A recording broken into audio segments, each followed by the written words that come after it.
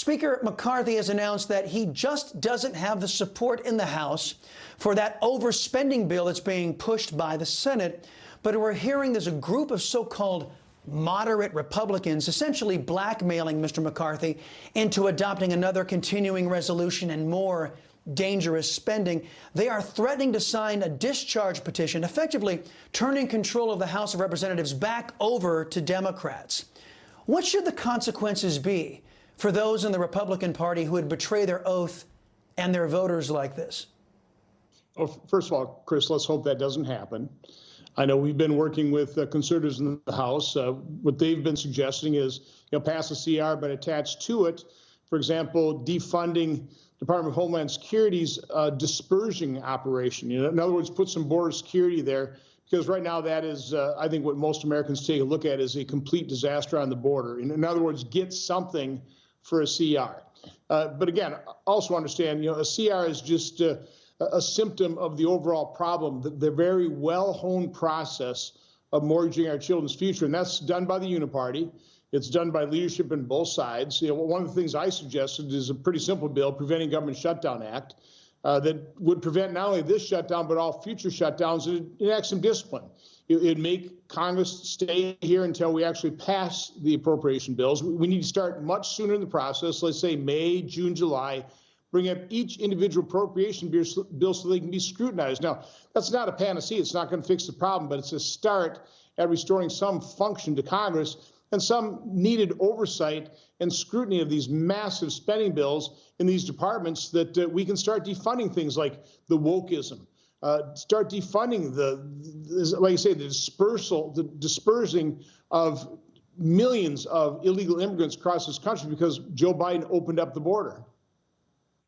Yeah. When was the last time that Congress actually did its job, was required to do, actually passed a real budget? Was 1996. I got to say, Senator McConnell and Paul Ryan and others like them and Pelosi and Schumer have been so successful with this governing by emergency. They just put a whole bunch of garbage into these massive bills. They've been so successful. And of course, they've been responsible for $33 trillion in debt. Let's move on. Let's talk about some of the things that we've been funding, like Dr. Fauci and his gain-of-function research.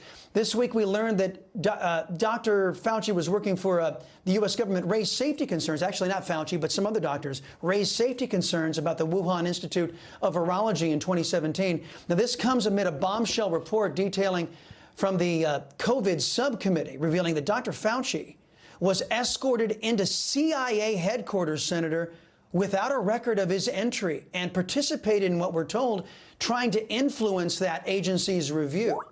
If the CIA's investigation into the origins of the China virus was on the up and up, why would the CIA cover up the fact that His Eminence, Dr. Fauci, was there? What's really going on here, Senator? Well, it's obvious that the CIA's investigation into the origin of COVID is not on the up and up. It's been obvious ever since, through a FOIA request, 4,000 pages of Anthony Fauci's emails were made public, and we saw immediately, end of January, early February 2020, he was engaged in a massive but a very effective cover-up of his funding of gain-of-function research at the Wuhan lab.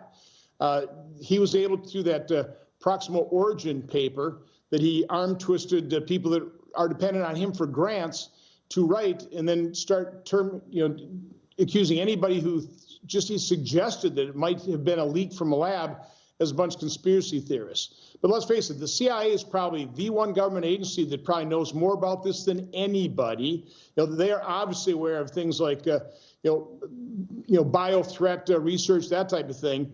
The fact that they have stuck by their assessment that this sprang from nature is just laughable. And now that we know that they paid, I think, 5 or 6 of those individuals in that assessment, basically a bonus to change their opinion. And now we know that Fauci went in there probably to continue the cover-up. So again, the evidence is mounting. To me, this has been obvious that Fauci was covering this up since early in 2020.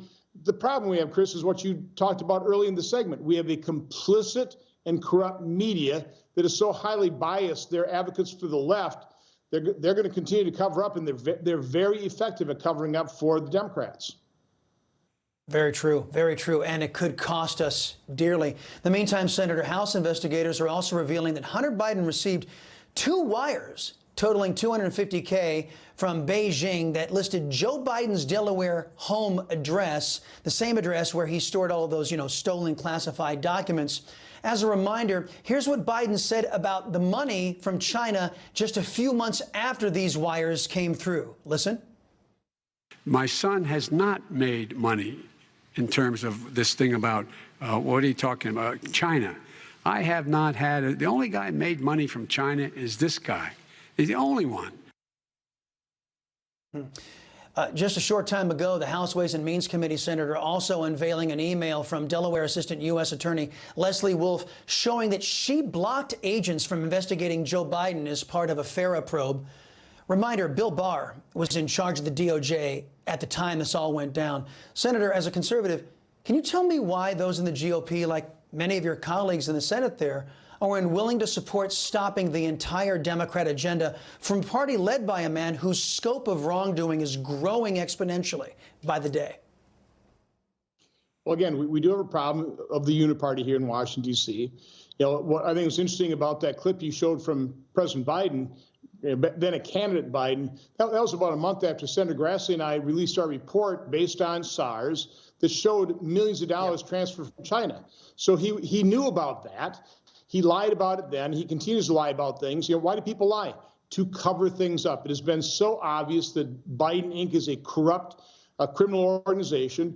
But once again, there's no amount of evidence the mainstream media will ever accept to start actually telling the truth. So it's a huge problem when you've got the mainstream media covering up for one political party, tormenting the president of another political party. It's not a fair fight. It's not a level playing field. No, I would agree with you, Senator. We're doing our very best to actually out the players who are working against we the people. And coming up, we're going to be talking to one of your colleagues in the House, asking if he'll name names of some of those squishy Republicans who are threatening to turn the House back over to Democrat control. Senator Johnson, thank you very much. Always appreciate your strong stance, sir.